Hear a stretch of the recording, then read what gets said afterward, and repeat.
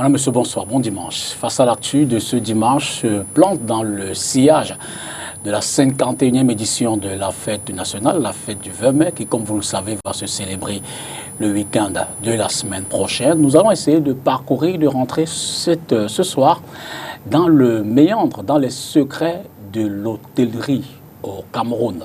Un secteur d'activité qui s'est peut-être très peu connu, mais ô combien avec de vastes possibilités.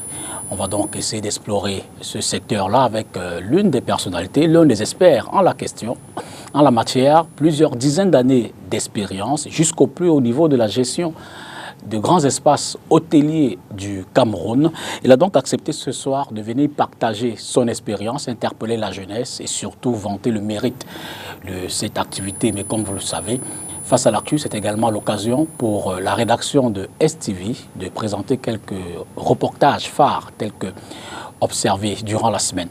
Je rappelle simplement le thème du 20 mai de cette année, Force de défense et peuple camerounais en symbiose pour la sauvegarde de la paix et de l'unité nationale, socle d'un Cameroun fort et prospère. C'est donc l'intitulé de cette édition de Face à l'actu. Le directeur général de l'hôtel Sawa, ce n'est pas forcément cette casquette qu'il est là ce soir, Pierre Moafo Zogou est l'invité de ce dimanche. Bonsoir, monsieur le DG. Bonsoir, monsieur Dipita Tongo. J'avoue que c'est davantage l'expert qu'on va écouter ce soir. Merci infiniment d'être venu partager cette expérience. Je l'ai dit, dans un secteur qui s'est peut-être pas forcément connu. Vous qui êtes dans le milieu, avez-vous ce sentiment-là que l'opinion, le public, l'extérieur, ceux qui ne sont pas au quotidien avec vous, ne connaissent pas forcément le secteur de l'hôtellerie? Vous avez parfaitement raison parce que déjà, il faut dire que l'industrie hôtelière est une industrie qui n'est pas aussi vieille que ça. D'accord. C'est une industrie qui a environ 100 ans d'âge. 100 ans dans l'histoire de l'humanité, c'est une goutte d'eau, c'est rien du tout. Et plus encore en Afrique, au Cameroun. Le tourisme représente des activités, je dirais, très très secondaires par rapport à d'autres secteurs économiques qui offrent plus de possibilités, qui attirent plus de jeunes, qui attirent plus d'investisseurs. Et il faut aussi dire qu'il y a un problème d'ingénierie, n'est-ce pas, du tourisme, de l'hôtellerie, qu'il faut maîtriser, qu'il faut avoir, qu'il faut connaître, qu'il faut développer, et qui n'a pas toujours été, malheureusement, dans notre environnement, quelque chose de partagé. Alors, j'ai dit hôtellerie et vous avez fait industrie hôtelière. Il y a une nuance, il y a fondamentalement... Oui, parce qu'en fait, quand on dit hôtellerie, c'est un tout petit peu réducteur. Parce qu'aujourd'hui, l'hôtellerie est une industrie. C'est une industrie de transformation. Vous savez, quand vous vendez, vous entrez dans un hôtel, il faut savoir qu'il n'y a pas que les chambres.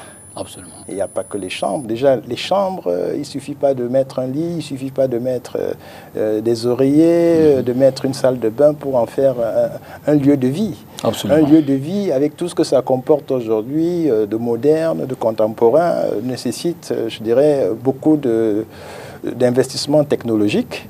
Et comme je disais, l'hôtellerie, l'hôtel aujourd'hui, c'est aussi un restaurant, c'est une cuisine. Et quand vous recevez des produits frais qui viennent des producteurs locaux ou internationaux, ces produits-là doivent être transformés et avant d'être servis. Donc, il y a un passage, n'est-ce pas, entre ce que vous avez reçu et ce qui va être servi dans l'assiette. Donc, cette transformation, c'est un processus industriel, en quelque sorte. D'accord. Oui, donc c'est pour cette raison qu'aujourd'hui, cette activité est devenue toute une industrie à travers le monde. Alors, juste un rappel, vous avez été à l'époque à l'hôtel Ibis, vous êtes passé par l'hôtel Hilton, vous avez fait l'hôtel Bonfébé, aujourd'hui vous êtes à l'hôtel Sawa, vous avez, pendant tout ce parcours, vous avez eu de hautes responsabilités à ce niveau, mais au préalable, quand on regarde, vous avez fait un baccalauréat A. Qu'est-ce qui vous a prédestiné? Comment est-ce que vous vous êtes retrouvé?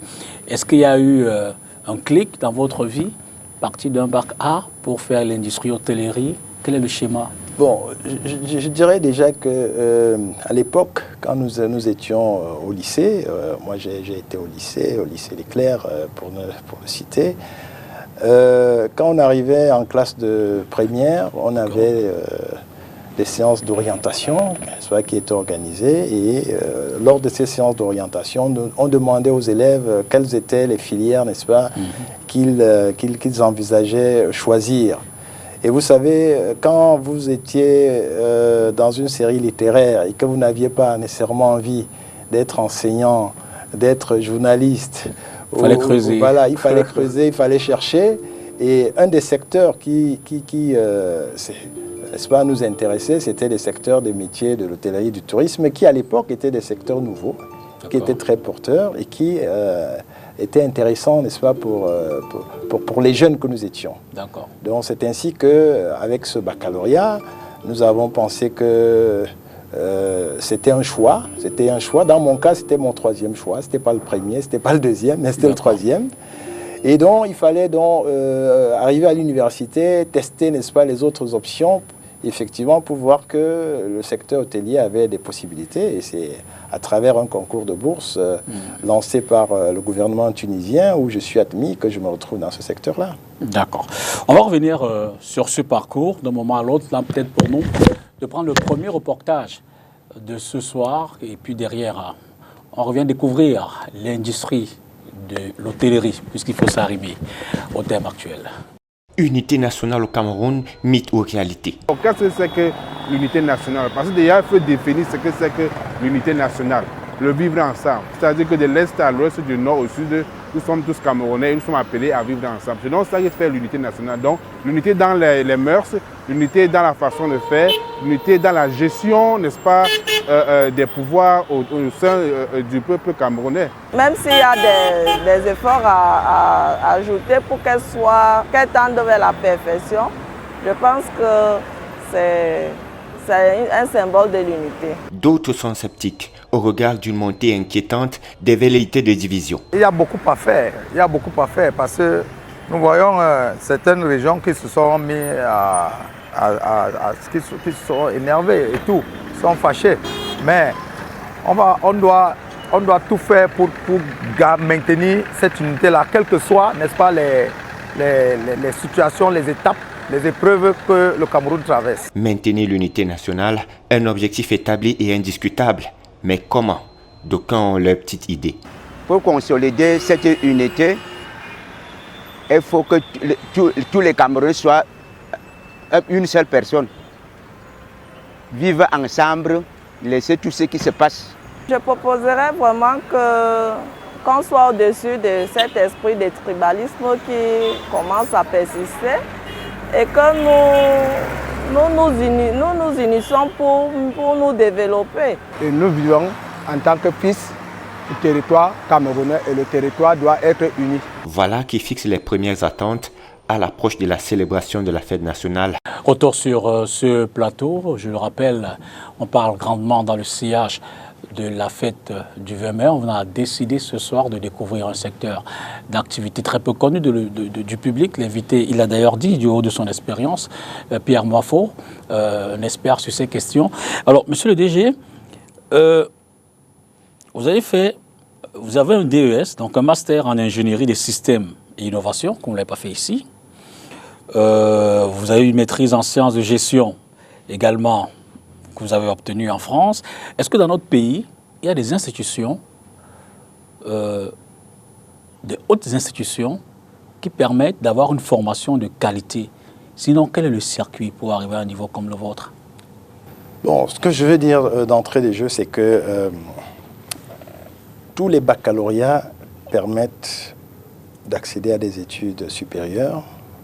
Et plus précisément, permettent d'accéder à des études supérieures dans le domaine de l'hôtellerie et du tourisme. Ça, c'est la première chose. Ensuite, il y a des écoles spécialisées qui forment à Bac plus 2, à Bac plus 3, à Bac plus 4 ou à Bac plus 5. Alors, les formations peuvent se faire toujours dans des secteurs très professionnels. Oui, par exemple, vous avez un BTS en hôtellerie, un BTS en tourisme. Vous aurez une licence professionnelle dans le domaine du tourisme, dans le domaine de l'hôtellerie. Vous aurez une maîtrise dans ces domaines-là. Vous aurez un master. Dans ce domaine, il y a même des PhD dans certains pays, en Amérique du Nord, en Europe du Nord, qui forment, n'est-ce pas, dans le secteur du tourisme et de l'hôtellerie. Mais de façon globale, ce qu'on peut dire, c'est que dès que vous avez passé le cap du socle commun, qui est un niveau Bac+2, Bac+3, les formations que vous faites à niveau Bac+5 sont des formations qui, de façon générale, vous permettent d'avoir des compétences dans tous les domaines d'activité économique dans le monde. Absolument. Maintenant, il s'agit d'une équation personnelle. Votre désir de curiosité, votre désir d'apprentissage, votre volonté, votre abnégation, votre insistance, c'est ça qui fait la différence. Parce que quand vous entrez dans un secteur donné, vous devez connaître cet environnement, vous devez prendre le temps. De la même manière, l'apprentissage. De la même manière que vous avez pris du temps pour préparer un diplôme, vous devez prendre le temps pour connaître le secteur d'activité dans lequel vous vous engagez. Absolument. Et quand vous avez appris à connaître ce secteur, si c'est l'agriculture, il faut connaître les champs, il faut connaître les saisons, il faut connaître les terres, il faut connaître les engrais, il faut connaître tout ce qui entre, n'est-ce pas, dans le processus agricole, de son début jusqu'à la fin. C'est la même chose pour les secteurs comme le tourisme, comme l'hôtellerie. Quand vous avez cette soif d'apprendre, ce désir de connaissance, et que vous allez progressivement, sans brûler les étapes, et que vous maîtrisez chaque stade, vous arrivez au sommet et vous avez une vue d'ensemble, une vue d'hélicoptère qui vous permet d'avoir une connaissance fine, n'est-ce pas, je dirais de l'environnement dans lequel vous êtes. Absolument. C'est pour cette raison que, pour moi, ce qui est fondamental, c'est le socle commun. C'est-à-dire? Le socle commun. Donc, c'est cette formation de base, de niveau Bac+2 ou Bac+3, qui va vous permettre de connaître d'avoir les prérequis pour le métier que vous comptez exercer. D'accord. Dans le cas du Cameroun, nous avons des écoles de formation qui forment au BTS en hôtellerie, au BTS en tourisme.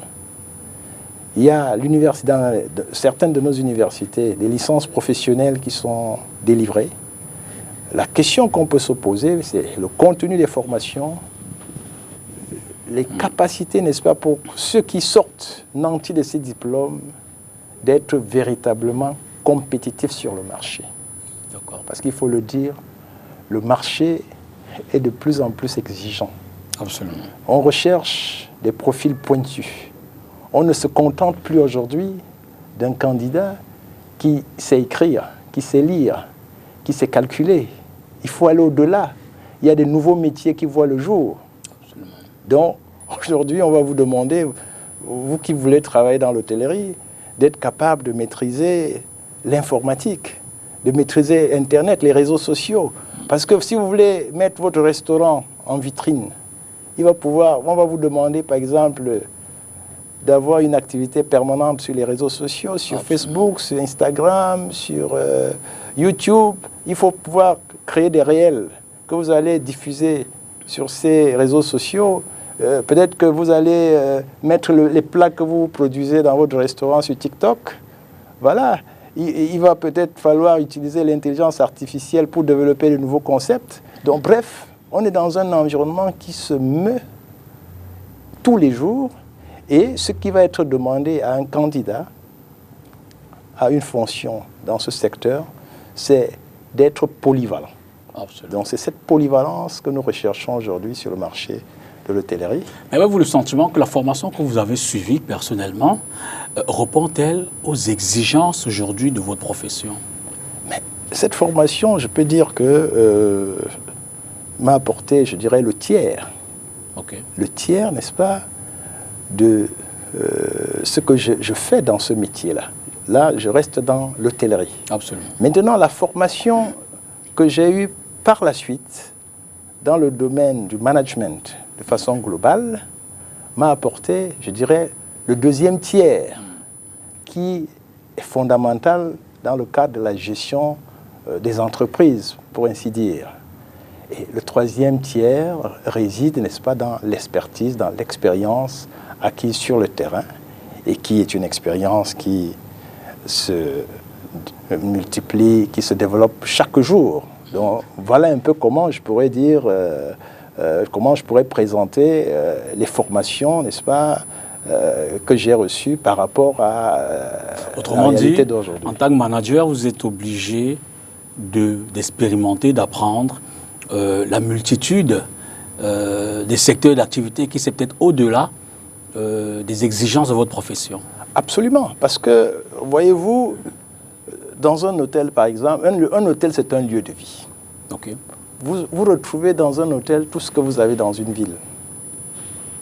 Vous avez un parking avec des lumières, vous avez des jardins, vous avez une maison, vous avez des murs, vous avez des circuits d'eau, des circuits d'électricité, des circuits de climatisation, vous avez le Wi-Fi, la fibre optique que vous devez installer, vous avez des circuits électroniques, vous avez de la télévision, la radio, bref, vous avez tous les problèmes. Vous devez maîtriser la fonction RH, ressources humaines, pouvoir changer les façons de travailler. Avec le Covid, on a vu, vous devez travailler sur la fonction commerciale, vous devez travailler sur la fonction production, on a parlé tout à l'heure, en cuisine, vous devez travailler sur le service, sur l'accueil, vous devez travailler sur la technologie, vous devez travailler sur la maintenance, parce que tous ces équipements doivent être maintenus au goût du jour, doivent être fonctionnels, doivent être opérants. Et l'hôtel, c'est un lieu qui fonctionne 24 heures sur 24, 7 jours sur 7. On ne connaît pas les jours fériés, les dimanches. Et votre personnel doit être capable, n'est-ce pas, d'accueillir des personnalités, des personnes qui viennent d'horizons divers, de races diverses, et qui ils doivent maîtriser un minimum l'anglais et le français. C'est un minimum aujourd'hui. On demande des personnes qui peuvent maîtriser d'autres langues, parce qu'il faut être capable de se déployer sur des marchés, n'est-ce pas, où on a de la clientèle étrangère. Et pour se déployer sur ces marchés, il faut prendre le temps pour comprendre les habitudes de consommation des personnes de ce marché-là, pour pouvoir les amener chez vous. Et quand ils sont chez vous, il faut pouvoir les recevoir, les mettre à l'aise. Donc c'est toute une technologie, c'est toute une industrie qui ne trompe pas. Qui ne trompe pas. Et chaque acteur dans la chaîne doit pouvoir jouer son rôle de manière efficace, de manière appréciée, pour qu'à la fin, le résultat soit ce que l'on souhaite. Absolument. Voilà, vous pouvez voir aujourd'hui à travers le monde les pays qui sont devenus des grands pays, n'est-ce pas, qui reçoivent le tourisme international. Il faut dire que c'est un secteur qui charrie, qui se développe, qui aujourd'hui, au lendemain de la crise du Covid, par exemple, a repris de plus belle. Hein, pendant longtemps, vous avez vu, le transport aérien était en berne, les hôtels étaient vides.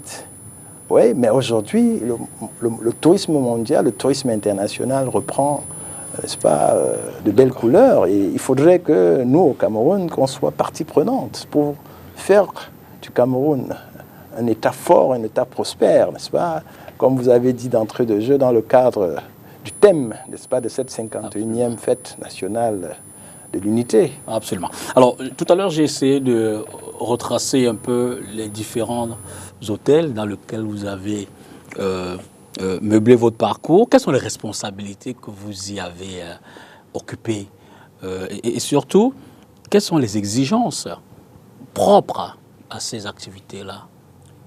Bon, de façon générale, ce que je peux dire, c'est que moi, j'ai commencé ma carrière d'abord comme stagiaire en France, réceptionniste. On le fait, voilà, c'est pour ça que je vous disais, il faut commencer toujours par le bas. Quel que soit votre niveau, quel que soit le niveau, que vous veniez avec un PhD ou que vous veniez avec un CEP, vous devez commencer par le bas. Voilà, il faut maîtriser les façons de faire. Je suis peut-être un profane, mais je présume que la réception, c'est vraiment le premier bloc de contact. C'est le cœur. Entre l'extérieur et la maison. C'est le cœur de l'hôtel, la réception. Parce que c'est là où on arrive et c'est là où on part. Absolument. Voilà. Donc, j'ai commencé par là pendant quelques mois. Et après, j'ai été à un poste de contrôleur. Okay. Contrôleur à l'Ibis. Je remplaçais à ce poste un diplômé de l'ESSEC. D'accord. De l'ESSEC Douala, qui avait été à ce poste pendant 2 ans. Donc, quand j'arrive, je prends ce poste, et lui, il était muté à une autre fonction. Et après ça, je deviens assistant de direction. Et en tant qu'assistant de direction, je suis un touche-à-tout. Parce que je m'occupais non seulement de la restauration, mais de l'hébergement, des ressources humaines, du recouvrement, bref, toute une série d'activités qui m'étaient confiées par ma hiérarchie chaque fois que quelqu'un n'était pas là. Et en plus, j'assurais des permanences. Je pense que le fait d'assurer ces permanences pendant de nombreuses années m'ont permis d'avoir, je dirais, une approche fine, n'est-ce pas, de la clientèle, de connaître, n'est-ce pas, ses desiderata et de mieux, n'est-ce pas, trouver les voies et moyens pour leur apporter de la satisfaction. Quand je quitte de cette fonction, je me trouve chef de réception. On démarre avec l'ouverture de Hilton à Yaoundé. Et à ce niveau-là, c'est un autre challenge. Les défis sont différents. C'est un hôtel neuf, c'est une période d'ouverture. Ça suppose un travail énorme de mise en place. Et là, on a une équipe internationale qui est là, avec nous, avec qui il faut bâtir, n'est-ce pas, cette nouvelle infrastructure. C'est mettre en place des processus à tous les niveaux. Et on a beaucoup travaillé pour tirer l'hôtel, pour faire de l'hôtel qui était à l'époque un îlot, n'est-ce pas, dans une ville comme Yaoundé. Donc pour faire de l'hôtel un lieu de rassemblement, un lieu de restauration, un lieu de loisirs, d'hébergement de qualité. Et vous savez très bien, hein, tout ce que le Hilton a reçu, que ce soit le sommet OUA ou le sommet France-Afrique, dont avec toutes les délégations qui sont arrivées, je pense à des personnalités comme le leader du front palestinien, Yasser Arafat, des chefs d'État. J'imagine des exigences Absolument. En termes de satisfaction individuelle de la clientèle. Absolument. On a reçu Lady Di, par exemple, le prince Charles à l'époque, qui était de passage, le colonel Duke Ellington, qui a été un des astronautes sur la Lune, qui est passé. On a les têtes couronnées, on a eu des soirées avec les têtes couronnées d'Europe.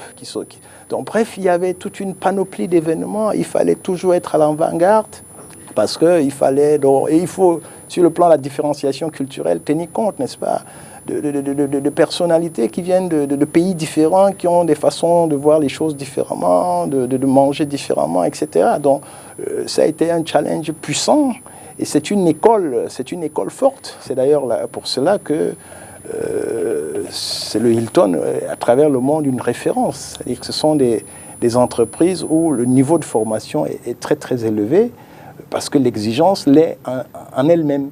Absolument. Ouais, et quand on sort de là, après, on se retrouve... On sort de là directeur de l'hébergement. Je pense que j'ai été pendant pratiquement 8 ans responsable de la réception, du commercial, après de l'hébergement. Et je suis parti de là pour reprendre quelques années plus tard l'hôtel Montfébé, où j'ai donc essayé de mettre tout ça en œuvre, mettre tout cet apprentissage-là en œuvre avec les formations scolaires aussi, qui font qu'aujourd'hui, on peut dire véritablement que les connaissances académiques et les connaissances pratiques font un tout. Et l'un ne peut fonctionner sans l'autre. L'heure est révolue où on pouvait fonctionner avec un seul. À notre avis, aujourd'hui, pour être performant dans l'entreprise, il faut les deux. Il faut que ces deux domaines s'imbriquent pour pouvoir sortir de la qualité, n'est-ce pas, dans ce qu'on fait dans une entreprise, comme dans sa vie personnelle. Absolument. On va de nouveau retourner vers la régie pour prendre le deuxième reportage de la semaine, tel que vu et entendu par la rédaction, le STV. C'est sous la maestra du réalisateur Adonis Siamen. The Limbe Douala Edeya Yaoundé Petroleum Products Pipeline construction, operation and maintenance project will no longer see the light of the day.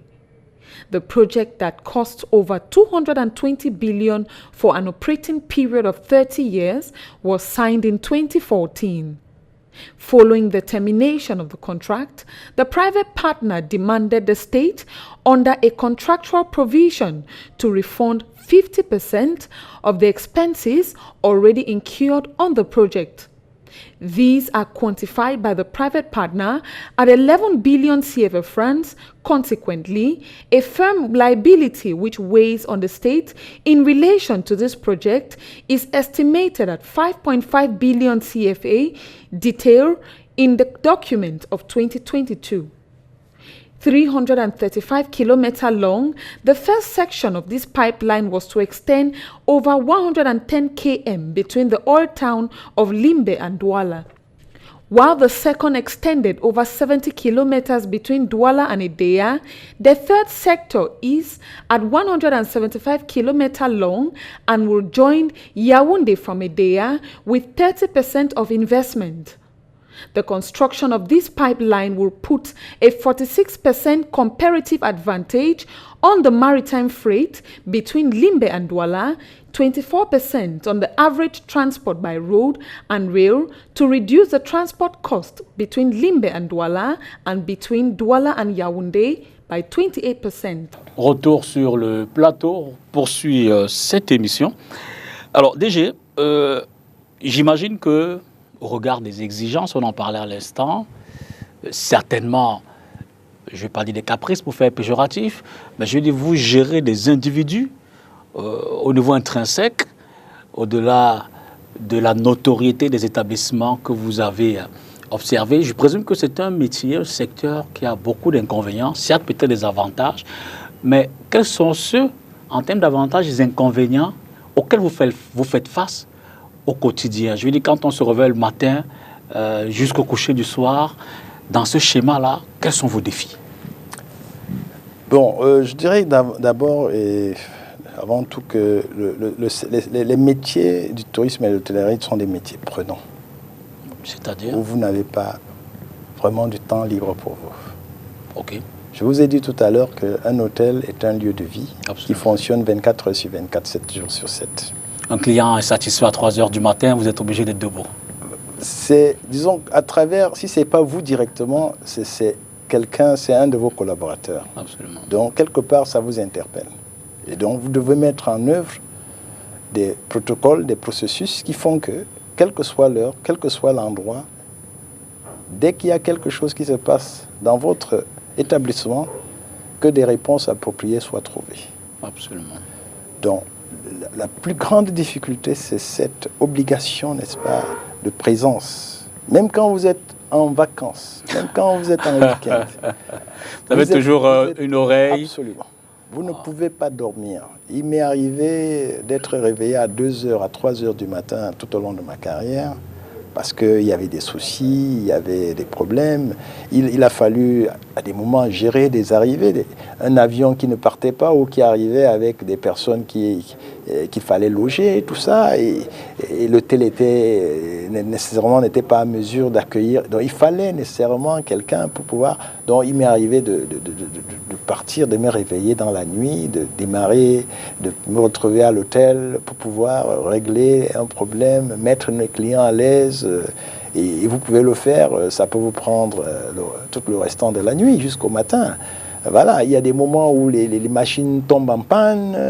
Alors, ceux qui se réveillent le matin, ils doivent prendre leur petit déjeuner, ils doivent prendre leur douche, ils doivent... Donc, l'hôtel, c'est comme chez vous à la maison. Il arrive qu'un équipement ne fonctionne pas, qu'il y ait une porte qui n'ouvre pas, qu'il y ait une bagarre, qu'il y ait un... Voilà, donc il faut avoir tout ça, il faut mettre en place des processus qui font que vous soyez compétent et efficace et que vous créez de la satisfaction. Donc, le premier problème, je dirais, c'est d'abord ce problème d'emploi du temps. Vous n'avez pas de temps. Et vous avez dû voir, après le Covid, beaucoup d'hôtels, surtout en Europe, se sont retrouvés sans employés. Parce que les gens se sont vus rester chez eux, ils ont commencé à apprécier le fait de rester à la maison, de vivre ensemble, voilà, d'avoir une vie de famille, d'avoir une vie organisée. Et à la sortie du Covid, beaucoup de gens se sont détournés des métiers de l'hôtellerie. C'est pour ça qu'aujourd'hui, dans un pays comme la France, il y a 300 000 postes à pourvoir dans le seul domaine de l'hôtellerie. 300 000 postes. Vous comprenez? Donc, voilà un peu la contrainte majeure. Donc, quand vous rentrez dans ce métier, vous devez savoir que dès les premières années de votre vie professionnelle, vous devez vous engager corps et âme pour maîtriser, pour avoir les compétences. Et pour cela, il faut avoir la passion. Et l'autre chose, c'est que nous privilégions davantage les aptitudes comportementales que les aptitudes techniques. À quoi ça sert d'avoir quelqu'un qui va vous faire des bons calculs s'il ne peut pas sourire à un client, s'il ne peut pas s'exprimer? Ça ne sert à rien. Aujourd'hui, ce qui est important, c'est cette capacité qu'on a, n'est-ce pas, à avoir un comportement digne, responsable, avoir de l'empathie, avoir du respect, avoir de l'écoute pour ses clients, à apporter des solutions, hein, à s'empresser. Il y a des entreprises hôtelières pour recruter, on regarde comment vous marchez, votre déplacement. Si vous ne marchez pas vite, vous êtes exclu d'office. Parce que si vous ne marchez pas vite, vous ne pouvez pas satisfaire vous assez ne pouvez pas rapidement satisfaire assez rapidement. Et vous pouvez voir les garçons de café, c'est des personnes qui peuvent prendre les commandes de 10 tables. Alors comment vous faites pour prendre la commande de 10 tables et pour ne pas vous tromper au moment de servir? Que ceux qui ont des PhD essayent, ils vont voir. Hein? J'aimerais bien qu'ils essayent, ils vont voir, ils vont comprendre que ce n'est pas quelque chose... Il n'y a pas de saut métier. Voilà, ce n'est pas quelque chose de facile. Et ils vont se planter, et ça va créer des mécontentements. Et les clients mécontents, ils vont vous rendre ça d'une manière ou d'une autre. Absolument. Soit ils ne viendront plus dans votre établissement, soit etc. etc. Et vous savez, faire la cuisine, préparer, satisfaire tous les palais, ce n'est pas toujours évident. Donc voilà un peu, je dirais, comment, de façon globale, on peut résumer. Mais plus concrètement, ouais. je voudrais un peu avoir le film, l'image d'une journée comme la vôtre, quand vous vous réveillez le matin jusqu'au coucher de soir, une journée classique. Ouais. Comment ça se passe? Alors, de façon classique, quand le matin, je me réveille, voilà, je prends ma douche, je prends mon petit déjeuner et je sors de chez moi, j'arrive au lieu de travail. La première chose que je fais, c'est qu'il me faut les informations sur tout ce qui s'est passé la veille. Je dois être au courant de tout ce qui s'est passé. Et je dois avoir les tableaux de bord renseignés qui me donnent une parfaite image de l'entreprise la veille. Ça, c'est la première des choses. Donc, dès que j'ai toute cette information, j'organise tous les jours quand je suis en entreprise, un briefing avec mes principaux collaborateurs. C'est un briefing qui prend environ 30 minutes. Au cours de ce briefing, nous passons en revue tous les problèmes qui ont été recensés au cours des jours précédents. Nous travaillons sur le programme de la journée et nous avons une vue sur ce qui va se passer dans les jours à venir. Ça permet à chaque responsable, après ce briefing, de savoir exactement ce qu'il a à faire. Une forme de cahier de route. Voilà. Il sait exactement ce qu'il a à faire et il repart confiant et il doit tout faire pour atteindre les objectifs que nous sommes fixés pour la journée. S'il y a des personnalités à recevoir, des chambres à préparer, des travaux à porter, des activités commerciales à mener, de la formation à faire, des personnels à recevoir, etc., etc. C'est un peu comme ça que nous commençons notre journée. Et maintenant, après ce briefing, nous avons une autre étape, c'est de faire le tour, n'est-ce pas, de nos installations. Donc, nous sortons de notre bureau, nous faisons le tour de tous les services pour voir un tout petit peu, regarder, avoir de nos propres yeux, voir de nos propres yeux ce qui se passe sur le terrain. Nous appelons ça du management by walking around, donc qui consiste donc à se déplacer, à regarder. Et pendant que nous nous déplaçons, nous notons des insuffisances, des dysfonctionnements. C'est l'occasion de prendre pour le pool, n'est-ce pas, de l'entreprise, des employés qui travaillent, qui sont, je dirais, la force, qui sont le capital, n'est-ce pas, très important de l'entreprise. Et dès que nous avons fait ce tour, nous revenons au bureau et c'est à ce moment-là que nous traitons tout ce qui est administratif parce qu'il y a toujours une tonne de paraffeurs qui arrivent avec des bons de commande, des lettres, des demandes de toute nature, de toutes sortes.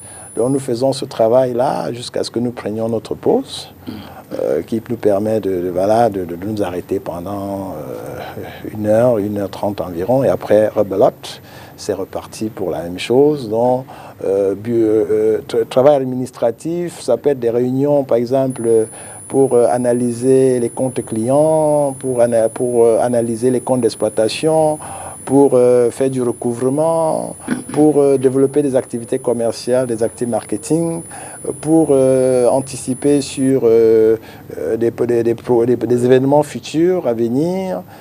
Ça peut être des rendez-vous clientèle, des clients qu'on reçoit, ou un déplacement chez ces clients-là. Bref, voilà de façon globale ce que nous faisons au jour le jour et qui nous permet de clôturer notre journée vers une journée commencée à 8h qui va se clôturer autour de 19h. D'accord. Voilà, du lundi au vendredi. Et le week-end, c'est un peu plus léger, c'est un peu plus relax.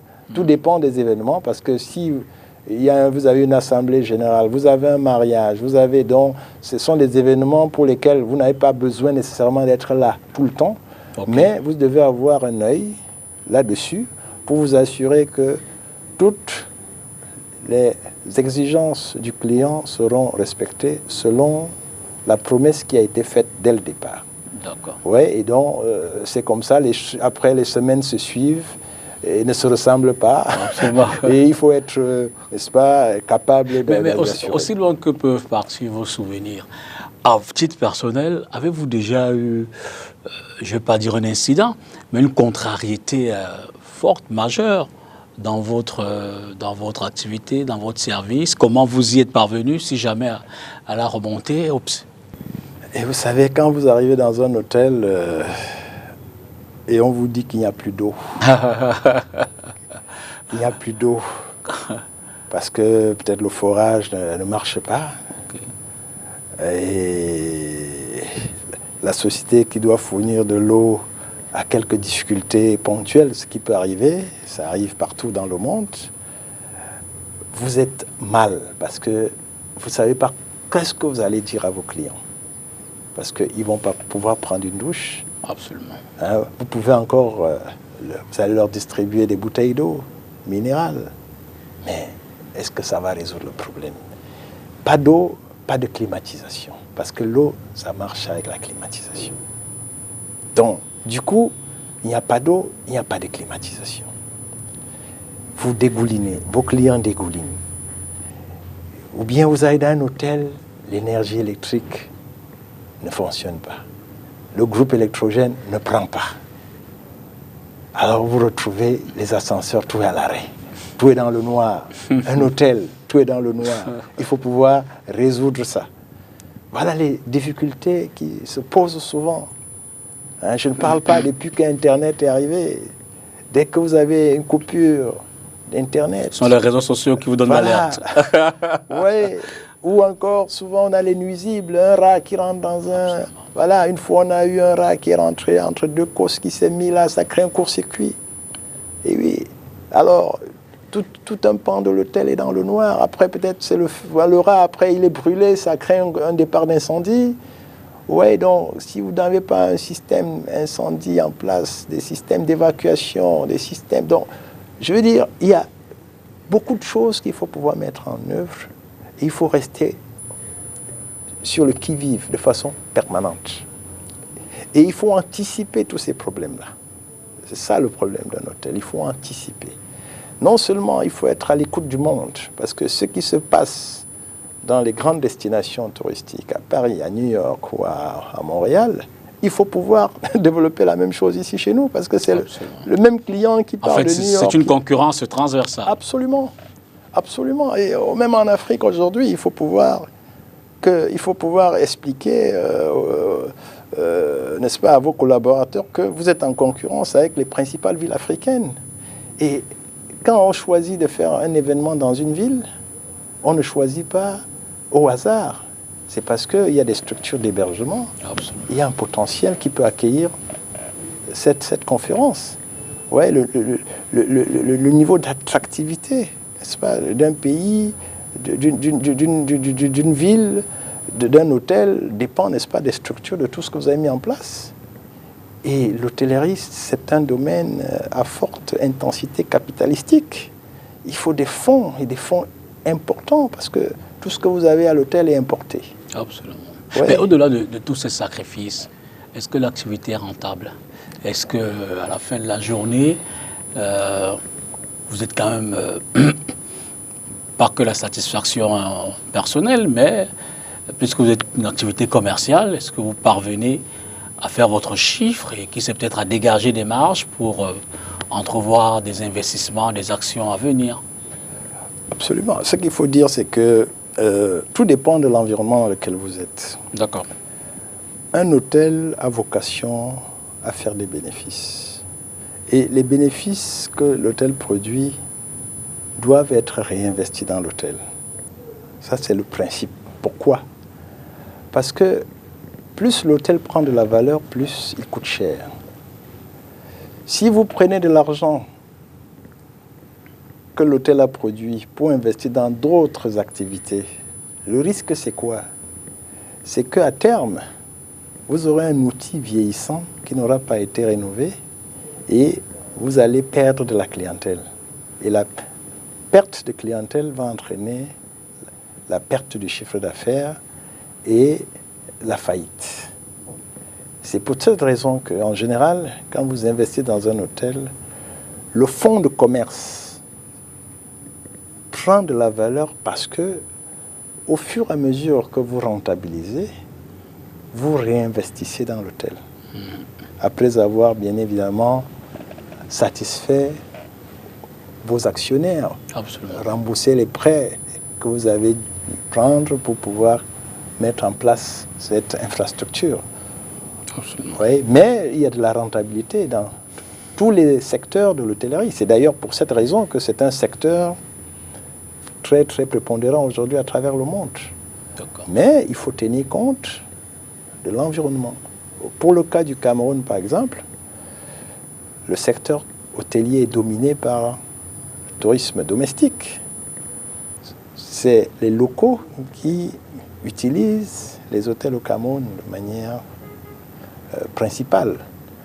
Ouais, donc, il faut pouvoir mettre un produit qui soit, n'est-ce pas, recherché par le marché local, qui répond aux normes du marché local et qui satisfont les consommateurs. Ouais. Y a-t-il des connaissances indispensables ou qui c'est peut-être complémentaires pour exercer ce métier dans votre secteur, évidemment? Bon, comme connaissance, comme j'ai dit tout à l'heure, il y en a qui commencent par le plus bas niveau. Okay. Et qui ensuite grandissent étape par étape. Prenons le cas d'un jeune qui a 15 ans et qui va donc arriver dans un hôtel comme apprenti en cuisine. Après 3 ans d'apprentissage, il devient commis de cuisine. Il peut rester commis de cuisine pendant 10 ans et à 28 ans, il devient premier commis, sous-chef, chef de partie. 3 ans, 4 ans plus tard, il devient chef de cuisine. Si c'est quelqu'un qui en veut, il doit continuer à se développer, il doit continuer à apprendre. Alors, s'il développe ses compétences transversales sur le plan du management des hommes, sur le plan des technologies, sur le plan de la comptabilité, des finances, de la gestion, sur le plan pratique des autres parties de son métier.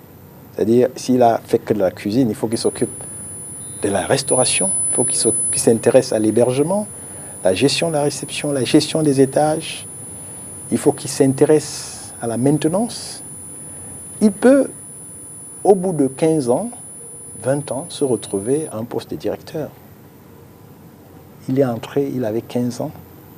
Il se retrouve 20 ans plus tard à un poste de directeur. Donc à 35 ans, il peut se retrouver directeur de département.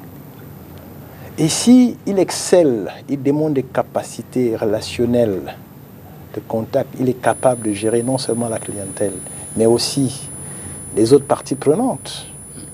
n'est-ce pas, qui sont les propriétaires, qui sont les fournisseurs, les administrations parallèles, il peut effectivement être promu à un poste de directeur général. Et à ce niveau-là, il devient mandataire social, il rencontre un conseil d'administration, il rencontre un promoteur ou un propriétaire. Et voilà. Donc, si vous avez un niveau bas à l'entrée, il faut savoir que le parcours sera plus long et l'expérience sera le maître mot. D'accord. Si vous venez avec un niveau élevé, le parcours peut être plus court, mais les exigences sont les mêmes. Parce qu'il vous faudra avoir de l'expérience, il faudra avoir une compétence claire sur les métiers support et les métiers de base. Les métiers de base étant les domaines professionnels dans lesquels vous exercez, les métiers support sont les métiers d'accompagnement comme l'informatique, la comptabilité, la gestion, etc. D'accord. Puisqu'on parle des métiers, quels sont les métiers de l'hôtellerie? Vous en citez quelques-uns tout à l'heure, la cuisine et autres, mais spécifiquement, qui sont vos collaborateurs? Quel secteur d'activité exercent-ils? Oui, dans l'hôtellerie aujourd'hui, il y a les métiers, je dirais, professionnels.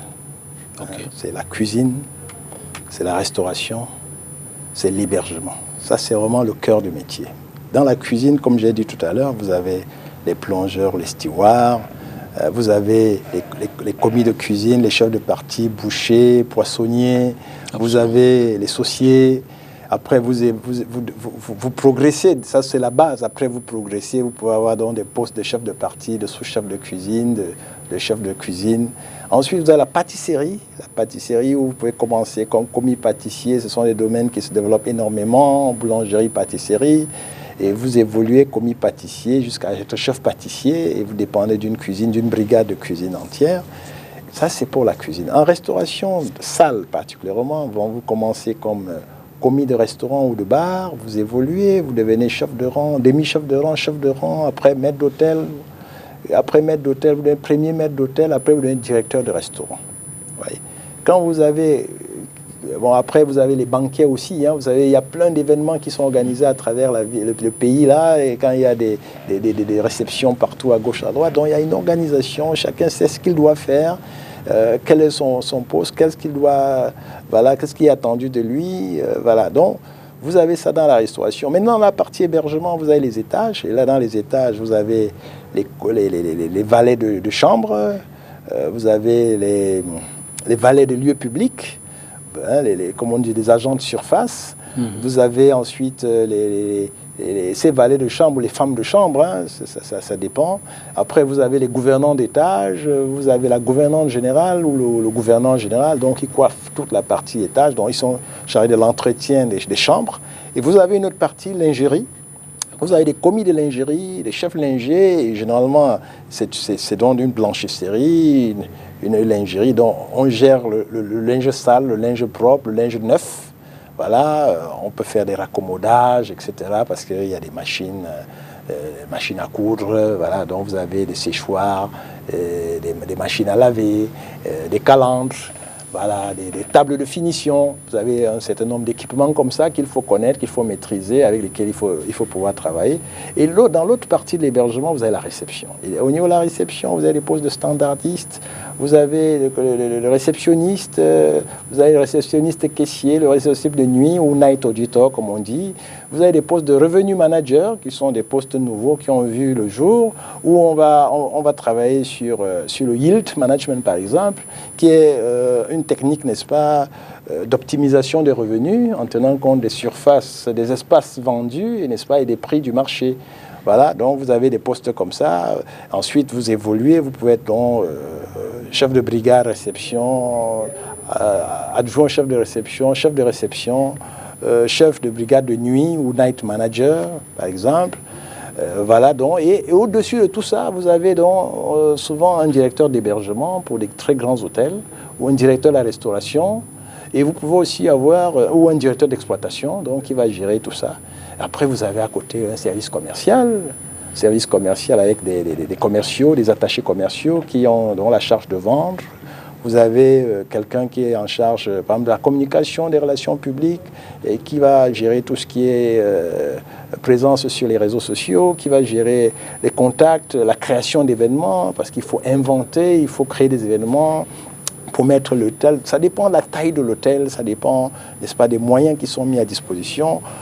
Vous aurez, après cette partie qui est une partie, je dirais, fondamentale, qui est le cœur du métier, vous avez donc les fonctions de support. Donc les fonctions de support, c'est premièrement la fonction maintenance. Et dans la fonction maintenance, vous pouvez avoir en direct dans votre unité une équipe de techniciens où vous pouvez externaliser cette fonction, en ayant des gens à l'extérieur. L'expertise chaque fois qu'il y a absolument un besoin. Donc vous avez des électriciens, des plombiers, vous avez un électromécanicien, des frigoristes, vous avez un responsable de courant faible, un téléphoniste, vous avez un informaticien, vous avez, bon bref, vous avez donc cette fonction support et ça dépend des projets. Parce que si vous avez des projets de construction, d'aménagement, tout ça, vous ferez appel à des personnes extérieures, des bureaux d'études, des cabinets, tout ça pour vous accompagner. Bon, à côté de cette fonction support, il y a la fonction administrative et financière, où vous avez des comptables, clients, caisses, fournisseurs, le recouvrement, les débiteurs divers, vous avez la trésorerie, la gestion des immobilisations, et au-dessus de tout ça, vous avez un chef comptable, vous avez quelqu'un, gestionnaire des stocks, qui peut être appelé économe ou pas, vous avez un acheteur, par exemple, il y a une fonction achat, il faut un acheteur, si c'est une grande structure, il faut quelqu'un qui s'occupe de la fonction marché. Quand vous sortez de ça, vous avez une autre fonction qui concerne les RH, la gestion du personnel, des ressources humaines. Vous pouvez, en fonction de comment vous êtes organisé, avoir quelqu'un qui s'occupe, n'est-ce pas, du recrutement, de l'évaluation, de la formation, de la rémunération, qui sont pratiquement les 4 fonctions principales, n'est-ce pas, de la RH. Et vous aurez ensuite, peut-être pour finir là-dessus, je crois que j'ai fait le tour. Alors, voilà. Après 40 ans, puisque c'est pratiquement le temps de votre expérience dans le métier, quand on regarde le Cameroun dans l'Afrique, dans le monde, avez-vous l'impression que notre environnement est propice à l'épanouissement d'une activité comme la vôtre, l'hôtellerie? Est-ce que, et d'ailleurs, on en voit un peu partout, de plus en plus dans nos villes, comment les hôtels poussent. Au regard de cet autre aspect, est-ce que le même environnement offre la possibilité d'épanouissement en termes de métier qu'on vient d'expliquer? Avez-vous une main-d'œuvre facilement accessible, disponible, formée pour développer tout cela? Bon, je dirais que notre environnement est un environnement qui se construit au jour le jour. D'accord. Parce que, vous savez, l'histoire des nations, c'est une histoire longue. C'est une histoire très longue. Ce que je peux dire, c'est que si les hôtels se créent, c'est parce qu'il y a un besoin. Absolument. Il y a un besoin et c'est parce que les investisseurs trouvent un intérêt à mettre, n'est-ce pas, leurs investissements dans ce secteur-là. Absolument. Ce qu'il faut dire, c'est que les problèmes que nous vivons aujourd'hui ne sont pas éternels. Ce sont des problèmes qui, à un moment donné, vont se résoudre. Aujourd'hui, on assiste à une offre pléthorique sur certains marchés, mais il n'est pas dit que demain, la tendance peut se retourner. Il suffit que la demande croisse pour que cette offre qui hier était considérée comme pléthorique soit insuffisante. Absolument. Oui, donc tout est lié à l'environnement dans lequel nous sommes. Ce qui est certain, c'est que en matière d'investissement, pour pouvoir véritablement accompagner les investisseurs, il serait intéressant qu'à travers un guichet, qu'on puisse, n'est-ce pas, inviter les investisseurs à inviter dans certaines zones, aujourd'hui plus que dans d'autres. Okay. Ça permettrait de faire des investissements productifs à très court terme. Quand ce n'est pas le cas, malheureusement, pour certains, ils vont devoir attendre, n'est-ce pas, qu'il y ait une embellie économique forte pour avoir le retour sur investissement. Oui, la question qui peut se poser, c'est comment faire pour tenir jusqu'à cette période-là. Absolument. Et ça, c'est l'équation qu'on retrouve pratiquement dans tous les pays. Ce n'est pas le fait que du Cameroun. D'accord. Avant peut-être de prendre le prochain reportage, je voudrais vous mener dans un exercice, peut-être pas forcément de comparaison, mais de partage d'expérience. Vous avez vécu les périodes de Cannes au Cameroun. On a accueilli le Chan, on a accueilli la Cannes, mais en même temps, vous avez vécu la période Covid.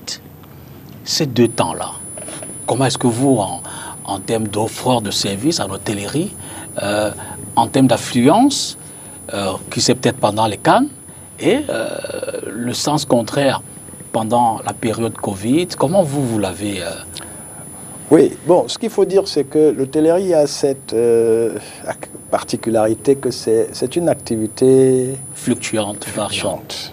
Okay. Oui, parce que c'est pour ça que dans notre métier, on parle de haute saison et de basse saison. D'accord. Donc, nous n'avons pas été vraiment surpris. Ce n'est pas forcément exceptionnel. Voilà. Le problème qui s'est posé, c'est peut-être pour certaines unités qui ont été obligées de fermer leurs établissements. Okay. Parce qu'une fermeture, c'est un moment toujours difficile. Okay. Parce que quand vous fermez, les clients, s'il y en a encore, ils sont perdus, ils ne savent pas où aller parce qu'ils ont pris leurs habitudes. Les employés se retrouvent, vos collaborateurs se retrouvent sans travail, ils doivent se réorganiser, mais heureusement, pour le cas du Cameroun, la fermeture de certains établissements n'a pas été longue. Okay. Donc les gens n'ont pas eu véritablement le temps de s'ennuyer. Parce que le Covid n'a pas duré si longtemps. Absolument. Et la Cannes, le Chan, et que ce soit la Cannes féminine, tous ces moments de rassemblement, de communion de l'ensemble des Camerounais sont des moments privilégiés pour le secteur hôtelier.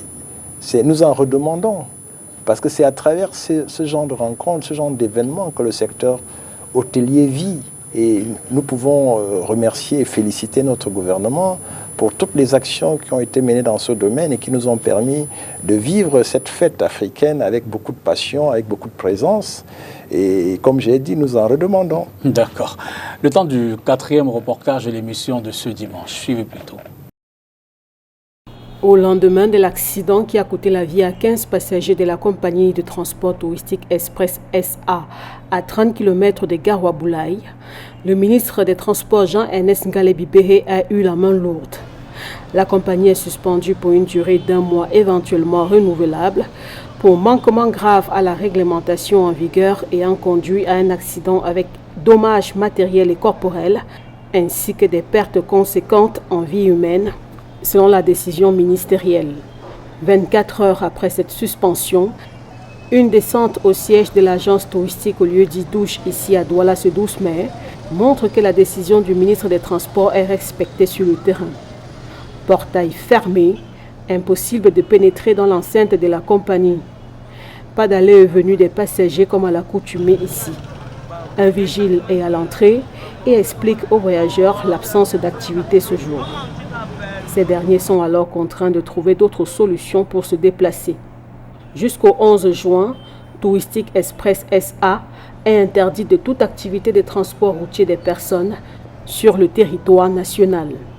Alors, Monsieur le Directeur Général, en général, les déplacements dans notre pays sont des déplacements d'affaires, peut-être pas forcément de loisirs. Est-ce que vous avez des exigences spécifiques par rapport à cela quand on reçoit en général des clients, dans votre cas, qui viennent de l'étranger? C'est pour des contrats, c'est pour des affaires, c'est pas forcément pour les vacances, c'est pas forcément... Est-ce qu'il y a une adaptation spécifique à ce genre de clientèle? Est-ce que ça satisfait la demande en termes de rentabilité? Est-ce que vous avez des efforts à faire pour offrir d'autres services sur le plan loisir? Bon, ce que vous êtes en train de poser comme problème est un problème très important. D'accord. Parce qu'au niveau international, effectivement, il y a une nouvelle activité qui s'appelle le Bleisure. Bleisure, qui veut dire en fait business and leisure. Parce qu'effectivement, on s'est rendu compte que la majorité de déplacements, c'est-à-dire le tourisme mondial, est un tourisme caractérisé principalement par des voyages de loisirs. Okay. Donc le tourisme mondial trouve, n'est-ce pas, son socle là-dedans. Il représente pratiquement 55% du tourisme, c'est-à-dire le déplacement pour le loisir. Absolument. Le déplacement pour affaires représente environ 30% du tourisme mondial. Mais on a constaté que beaucoup de voyageurs profitaient d'un déplacement d'affaires pour faire du tourisme de loisirs. Okay. C'est pour cette raison que de nombreuses destinations à travers le monde essayent donc de créer des événements après les séminaires, après les rencontres, les B2B, n'est-ce pas, pour permettre à ceux qui sont venus de l'étranger ou d'une autre ville, parce que ça peut être aussi même dans le même pays, voilà, de découvrir autre chose, de découvrir ce que la région a apporté, ce que la commune a de particulier, etc., etc. Donc, la problématique actuelle est celle, n'est-ce pas, pour chaque collectivité, de mettre en vitrine ce qu'ils organisent, ce qu'ils font.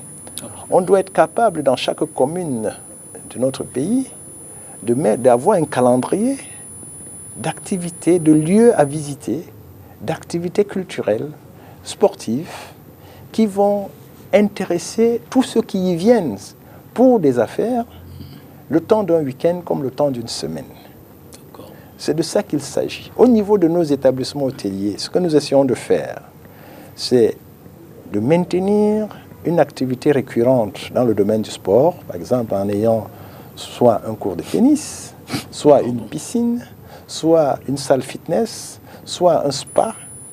Donc, ils sont des endroits de récréation, sont des endroits, n'est-ce pas, qui permettent aux uns aux autres de pouvoir se mouvoir. Et plus important, d'avoir des espaces de promenade.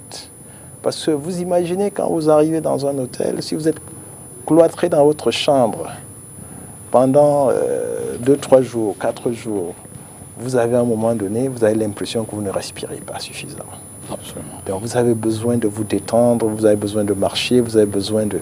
Voilà, donc c'est tous ces événements que nous essayons d'organiser qui permettent donc je dirais, de dynamiser le séjour du client. Et d'autre part, quand dans certaines communes, on peut, avec le concours de la ville, organiser les visites des lieux d'exception dans la ville. Par exemple, à Douala, on a le musée maritime. Absolument. On a la pagode, n'est-ce pas, de Douala Manga.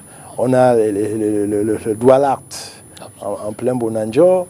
On a des lieux comme ça, on a le Vouri. Mais bon, c'est des lieux qui se doivent d'être aménagés dans une perspective touristique, je dirais, plus entreprenante. Il y a un travail de fond à faire. Justement, de ce point de vue, avez-vous une feuille de route avec les municipalités, la ville, dans votre agenda?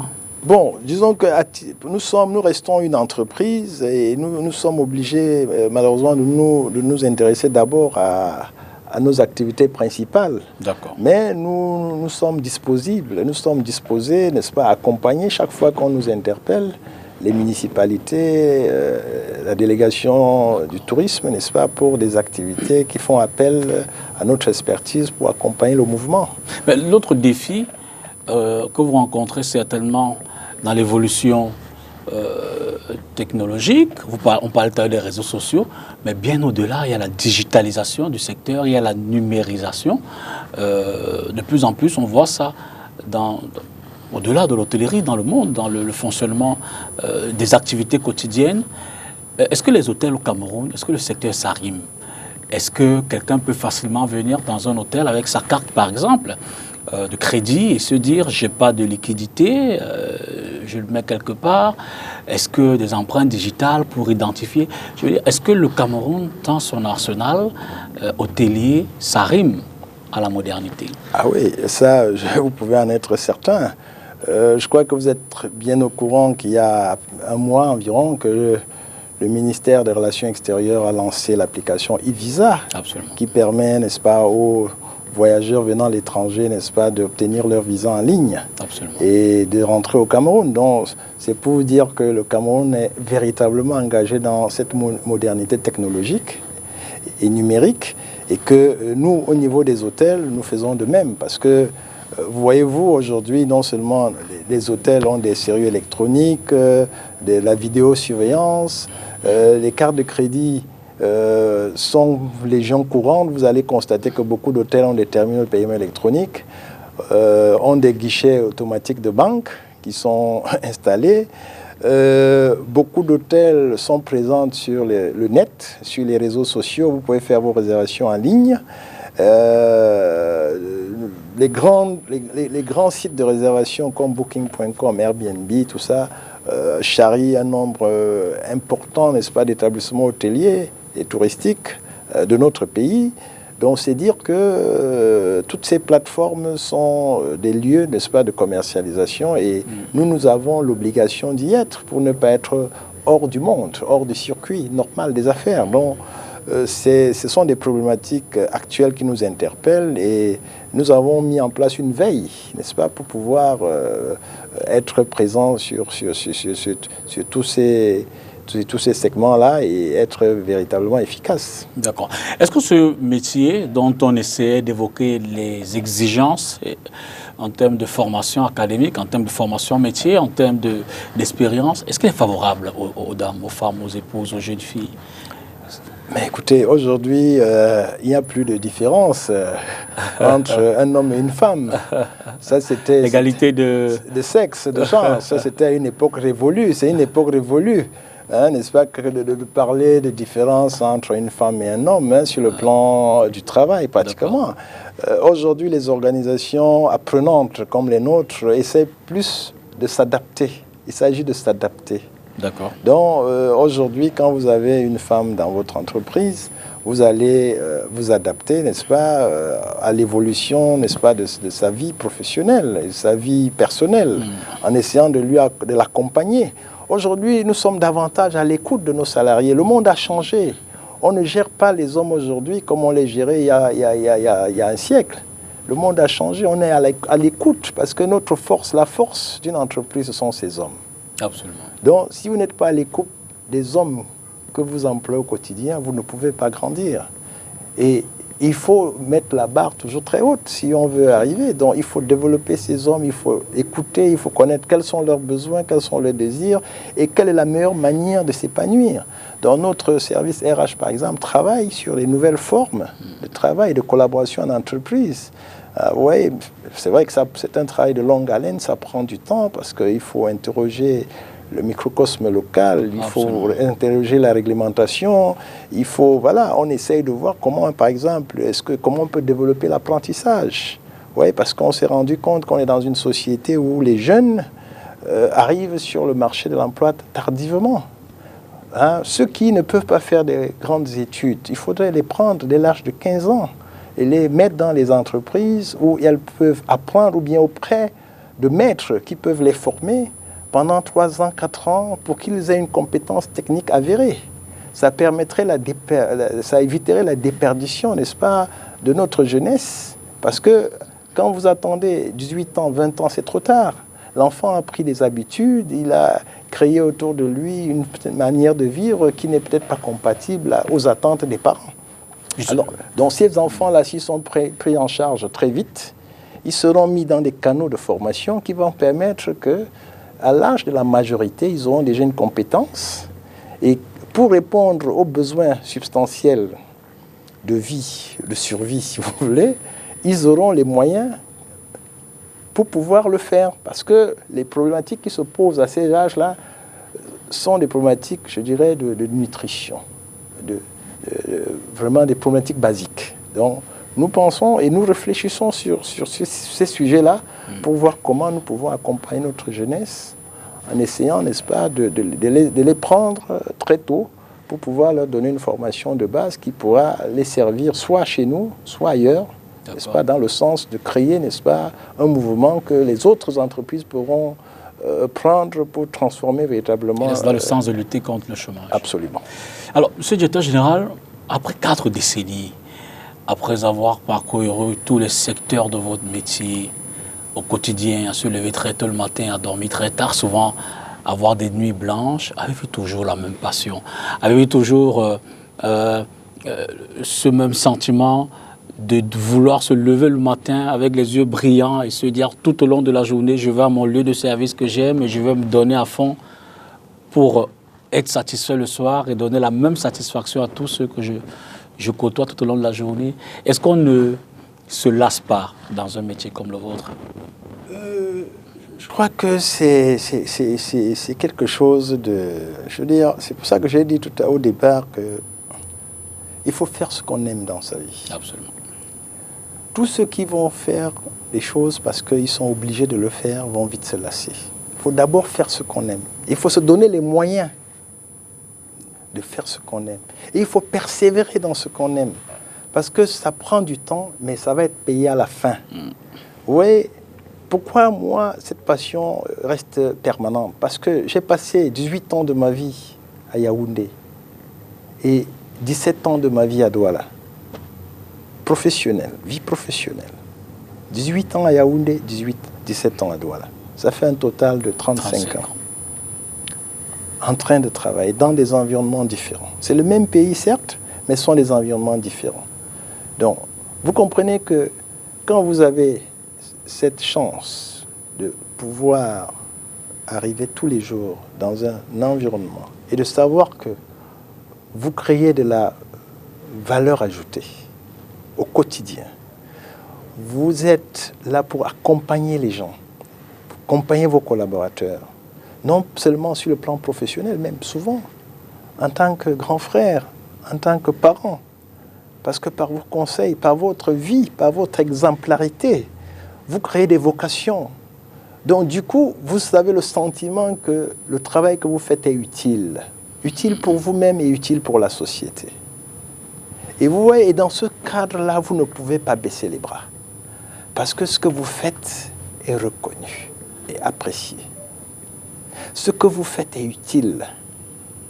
Vous voyez, parce que ce que nous faisons au quotidien, c'est de créer les conditions de l'épanouissement, non seulement de nos collaborateurs, mais aussi de nos clients. Absolument. Et vous ne pouvez pas, tant que vous avez la force de le faire, vous ne pouvez pas baisser les bras. Parce que chaque jour, c'est un nouveau client qui arrive. Absolument. Vous comprenez? C'est un nouveau client. Et les choses à connaître, les domaines d'activité sont tellement vastes. Il y a des domaines pour lesquels il faut encore faire des recherches, comprendre. Oui, quand vous mangez un plat de ndolé, quel est le nombre de calories qu'il y a dans un plat de ndolé de 200 grammes?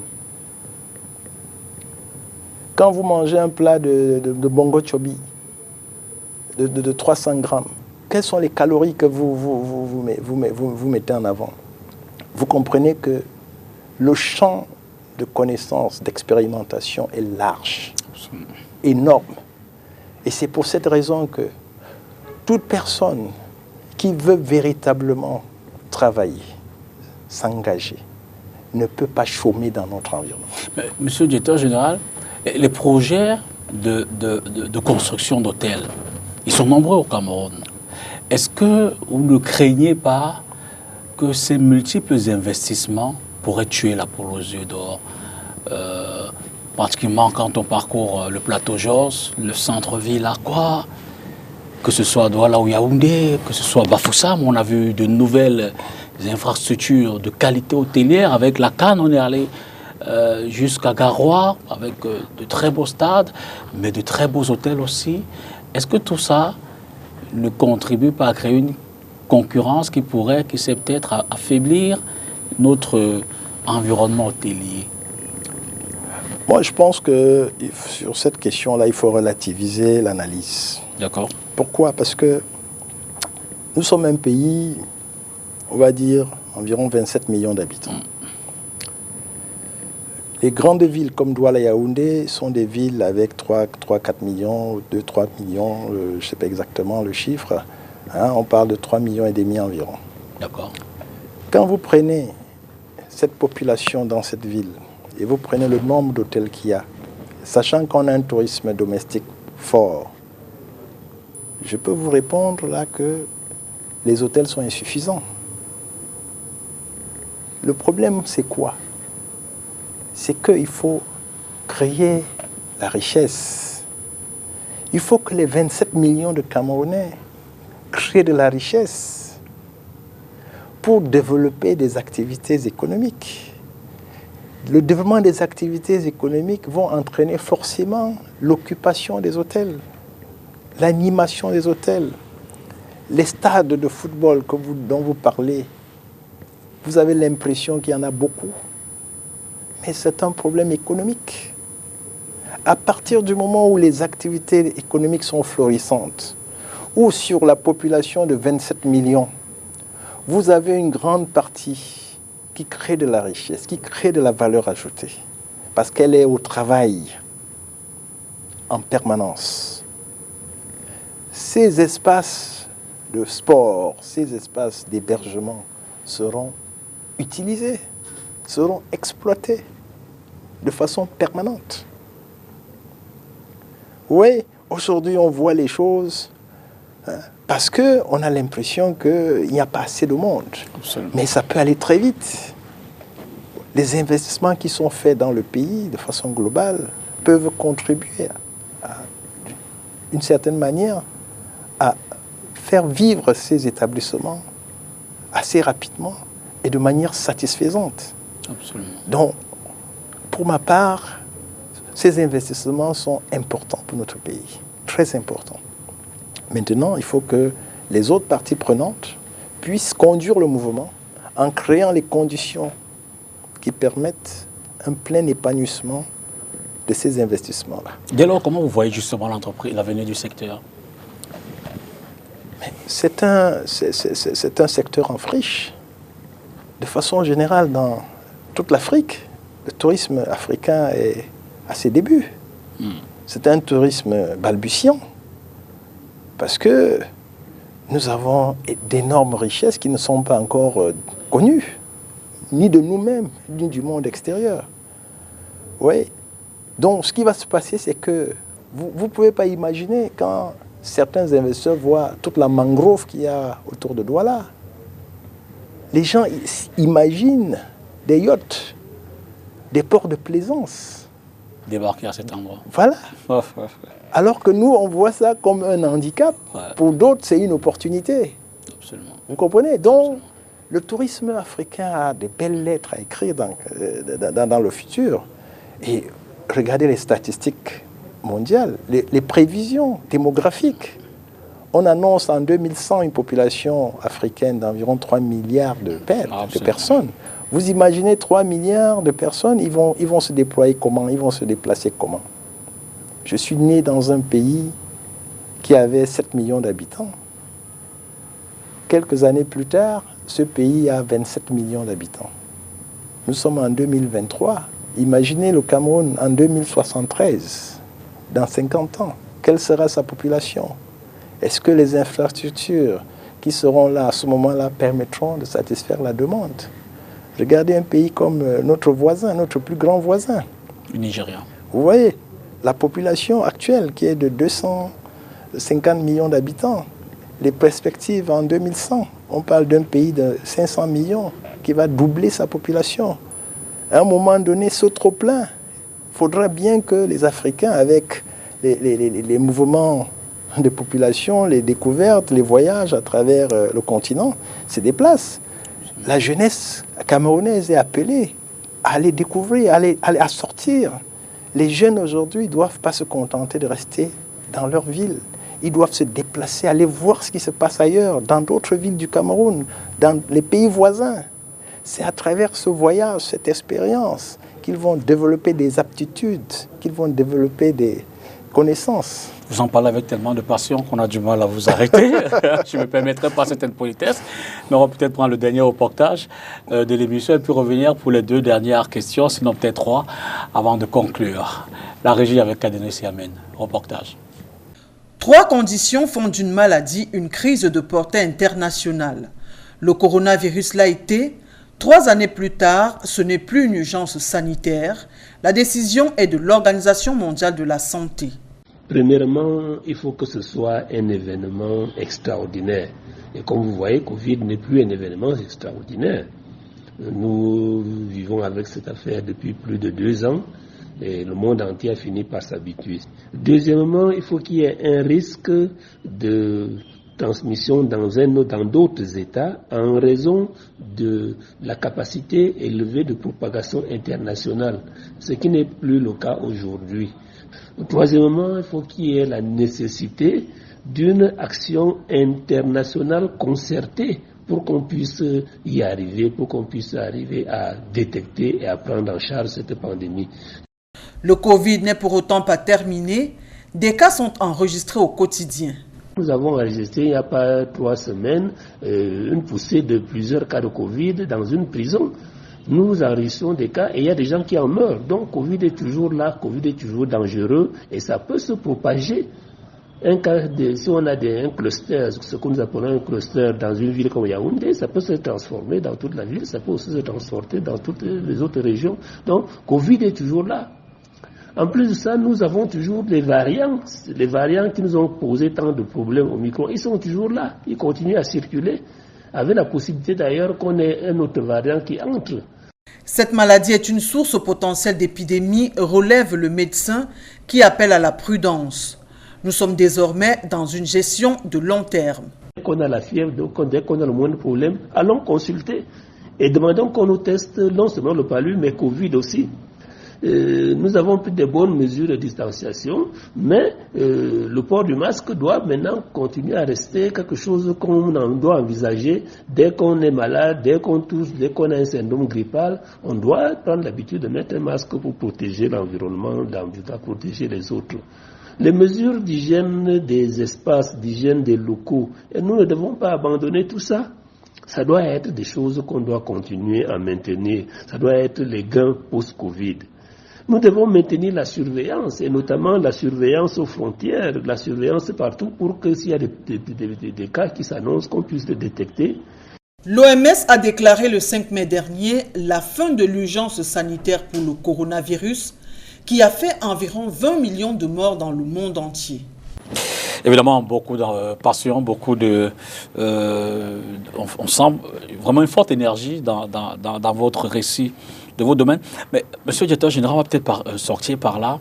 Si vous avez un conseil à donner à un jeune aujourd'hui qui aimerait se lancer, un jeune qui a généralement fait les études classiques, c'est la formation dans les diplômes d'enseignement général, certains peut-être techniques aussi, mais pas toujours dans l'hôtellerie.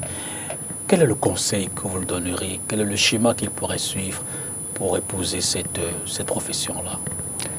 Bon, disons, pour tous les jeunes aujourd'hui, ce que je leur demande, c'est d'avoir déjà l'envie de connaître l'autre. Il faut s'intéresser à autrui. C'est un métier de contact. Voilà. Il faut vous intéresser à autrui. Il faut vous intéresser à tout ce qui vous entoure. Ce qui est fondamental aujourd'hui, c'est de connaître son environnement. Son environnement. Parce que nous avons toutes les réponses dans notre environnement. Si vous avez envie de connaître l'autre, à aider l'autre, vous êtes curieux, vous choisissez un domaine, un métier, quel que soit le domaine, vous prenez le temps d'apprendre, de ne pas être pressé, d'apprendre tout doucement. Tous les métiers payent. Ça prend le temps, mais ça paye. Et il faut éviter d'aller à gauche, d'aller à droite, d'aller à gauche, d'aller... Parce que très souvent, les jeunes n'ont pas la patience. Ils commencent une activité, au bout d'1 an, de quelques mois, ils arrêtent, ils changent d'activité. Vous voyez-vous, je suis dans un métier depuis 35 ans. Je n'ai jamais changé de métier. Pas parce que je n'ai pas eu l'occasion. Des occasions sont présentées. Mais je savais pertinemment que en restant stable dans ce métier, j'avais plus de chances de connaître, n'est-ce pas, tous les ingrédients nécessaires pour pouvoir me développer, pour pouvoir avancer. Absolument. Donc, le conseil fondamental que je vais donner aux jeunes, c'est de choisir un métier, d'apprendre ce métier, vraiment de la base, d'être curieux et de savoir ce qui se fait ailleurs. D'accord. Dans le domaine. Alors, pour finir, on peut ne pas en parler. On a vu que l'infrastructure que vous gérez, l'hôtel Sawa, connaît un certain nombre de mutations, connaît un certain nombre de développements. Je veux dire, quel est l'hôtel Sawa que vous offrez à votre clientèle, au public camerounais, l'hôtel Sawa de demain? À quoi va-t-il ressembler au regard de tous les aménagements que vous êtes en train de faire? Oui, l'hôtel Sawa a aujourd'hui 44 ans. 44 ans. L'hôtel Sava subit la pression du temps, mais l'hôtel Sava reste debout. D'accord.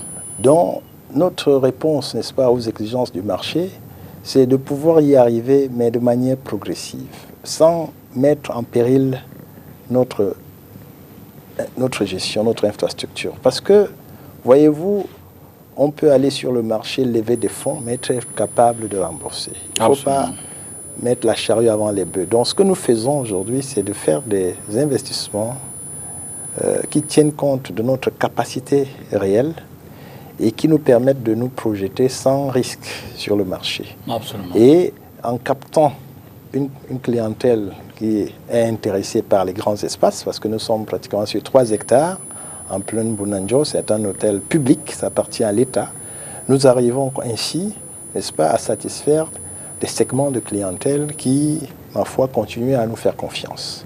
Donc notre objectif, c'est de continuer dans cette lancée-là, de continuer à transformer progressivement l'hôtel, et pour qu'il réponde aux exigences, n'est-ce pas, de sa clientèle assez diversifiée. Monsieur le directeur général, je vous remercie. On aurait pu avoir plus de temps, certainement, parler encore d'autres sujets concernant votre activité, mais fatalement, chaque chose a une fin. Et nous vous remercions sincèrement d'être venu partager, je disais, dans le décor de cette 51e édition de la fête nationale, la fête du 20 mai, partager le secteur de l'ingénierie, de l'hôtellerie, pour voir un peu ce que le Cameroun, qui sait peut-être à comme potentiel, à offrir à son panel. Merci encore. Merci, et surtout il faut savoir que c'est le Cameroun fort, le Cameroun prospère, le Cameroun que nous aimons, qui sort grandi de toutes ces expériences-là. Pierre Mwafo Zogou était le directeur général de l'hôtel Sava. Il était l'invité de Face à l'actu de ce dimanche. Madame, monsieur, merci, bonsoir et à dimanche prochain.